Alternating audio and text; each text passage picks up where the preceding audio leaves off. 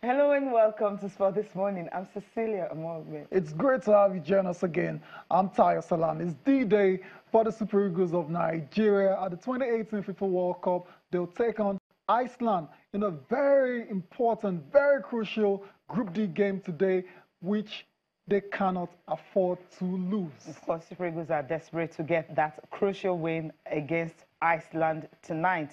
Also on the program, Argentina crushed and thrashed by Croatia. Not a good way for Argentina, a country that have won the World Cup twice. But then when you have a look at Modric, Rakitic and the likes, they had to do the business and they did it right. And that's why they're through to the second round of the FIFA World Cup. And Argentina, of course, they are desperate also to see if they can get a win against Nigeria. What a game, Cecilia. That was a crushing defeat for Argentina, the heaviest they've suffered in the group stage since 1958. It was a long time ago. Yep. That was a meltdown, total one for the Argentinians. Also on the show this time, we're going to talk a bit of tennis. Roger Federer is still on course for his 10th Gerry Open title, but he had to survive an almighty scare against France's Benoit Paire. He saved 2 match points in that game before he was able to emerge victorious. So Roger Federer is still on course for his 10th Gerry Open title in Halle. But he had to do it the hard way.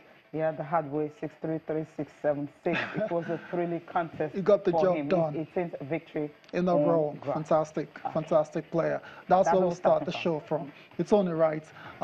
Cecilia, you know, when we talked about Federer taking on Benoit Paire yesterday, I said, okay, it was going to be a straightforward win for Roger Federer. I'm wrong. Yeah, you're wrong because he had to struggle in this one. We didn't expect this to actually happen. You thought it was going to be maybe 6-1, 6-3, just easy. Not like it had to really dig deep and fight. But this time around, Roger Federer had to really fight. I mean, he needed this because he understands that if he wins this title, he's the defending champion. So he needs to win it to retain his #1 position. So that's why it had to dig deep for him to be able to get this one. So you would say, good one for Roger Federer. I couldn't be more wrong because I thought it was going to be a lot more straightforward than what we saw. But Benoit Paire, despite being frustrated at times, you can see from that picture, smashing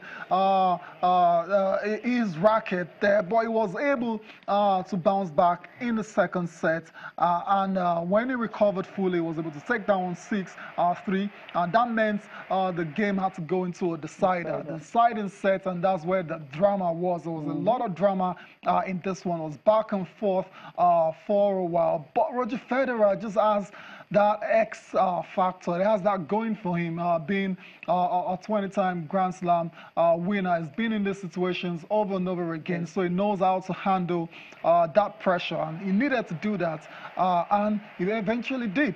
1 hour, 59 minutes. That's all.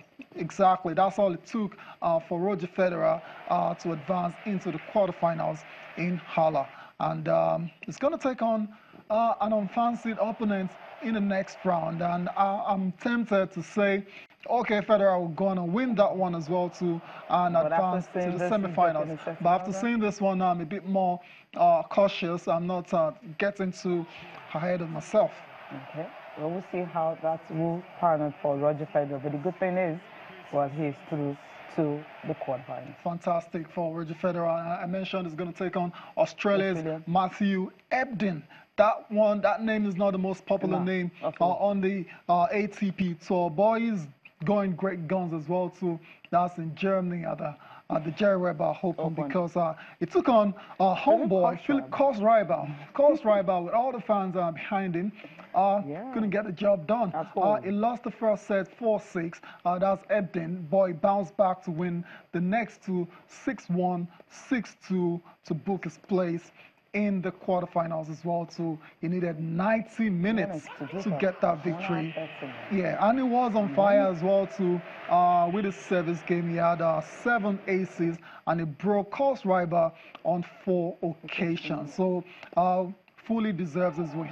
Yeah, fully deserved it. I mean, when you have the home support behind you, thinking, okay, maybe with that support, you might just be able to overrun your opponent. But then, I mean, Matthew had other ideas. He was the better man on the day. Absolutely. So, Absolutely. but the So, next opponent, yeah, it might just be the end of the road for him. It might just be the Roger end of the road. Federer. We'll Okay. see. Federer definitely the clear favorites for that particular And if matchup. it doesn't, it's going to be a major, major upset. They've never met. Absolutely. It's going to be a shocker. And we'll see, anything can happen in sports, and we've seen it in recent times as well. But this one, you'd be a very brave person to bet against Roger Federer. First time in his career. We'll see what's going to happen in that one. Let's go to Queens now. Queens, yeah. The fever-free championships in Queens. And our guy, okay, we're rooting for Novak Djokovic because we know he's a great player. But he has suffered recently, I mean, the elbow injuries, but it looks like he's starting to show, glimpses of his best. It took on Grigor Dimitrov in that matchup. And that was supposed to be a very tough match for him. But somehow the scoreline...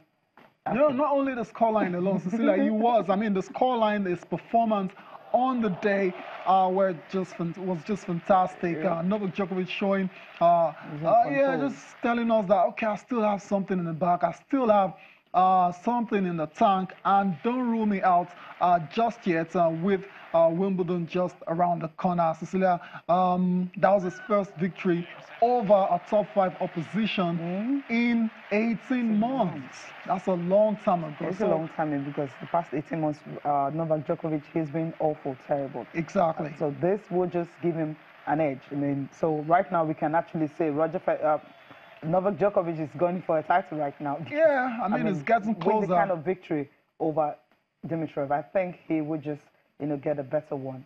And he's getting closer. I mean, it's getting closer. He's going to face Manarino later on in the quarterfinals. So 2 more rounds for him to get into trying to win a championship after a long time. Right now. Yeah, Nick Kyrgios. Nick Kyrgios. Yeah. I mean, he's got a good one, but then he just had a good one against Kyle Edmund. I thought sometimes he struggles, but this time around he just had to put in the best to ensure that he get the better part of Kyle Edmund, who was trying to dream, because that first set going to tie break, the second one, he really had to dig deep for him to be able to get something out of it. Interesting for Nick Kyrgios, very flashy. He's an enigma, if you ask me.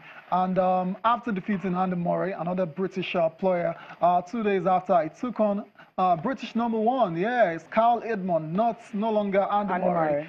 Took on Kyle Edmund, and it was always going to be a tough affair. It proved exactly that. And Nick Kyrgios won eventually 7-6, 6-7, and 6-3 in 2 hours and 11 minutes to reach his first quarterfinal at the Queen's Club. So it's not good times at this particular championship, but it looks like everything is starting to work in his favor. He was dominant behind the serve, hitting 32 aces and winning 88%, I beg your pardon, of his points on first delivery. So he's on fire. He's on fire, and safe to say that he's another favorite, right? How many favorites are you going to have? I'm rooting for him and also rooting for Novak Djokovic, because these two guys really need to be at the top of their game for them to be able to contend with Roger Federer at Wimbledon. Interesting. July. Okay.